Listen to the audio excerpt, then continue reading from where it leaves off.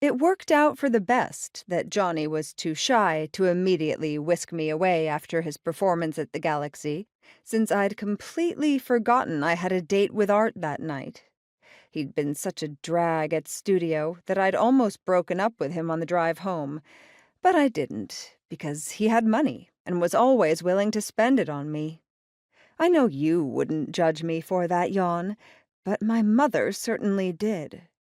"That poor boy," she said on the night I met Johnny Engel, as Art pulled up and I realized I'd forgotten our date. "You really should stop using him, Lynda. Set him free so he can find a girl who actually cares about him." "Maybe he thinks he can win her over," my father said. "He likes the challenge." He winked at me. "But she knows he can't," my mother said. "So? She's a young woman. It's a free country."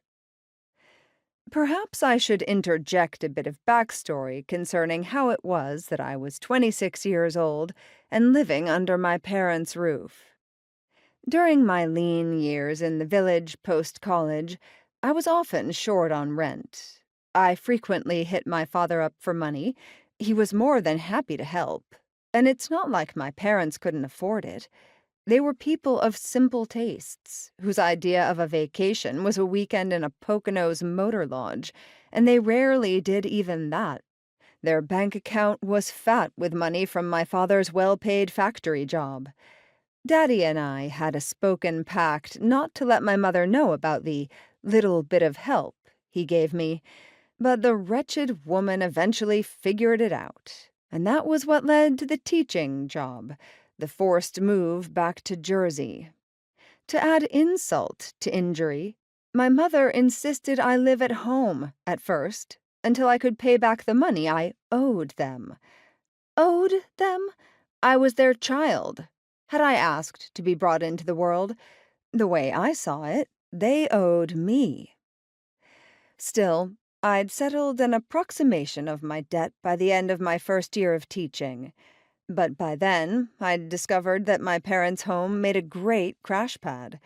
Because I had no rent to pay, I could spend my entire salary on clothes and clubbing. The fact that my mother forced this move as punishment and now could not get rid of me was, I knew, a source of torment for her, and so I planned to stay indefinitely. Art rang the doorbell. Fortunately, I'd dressed up for the open mic in case Carlos Barada was there, so with a quick application of lipstick and a vigorous hair brushing, I looked like I was ready for our date,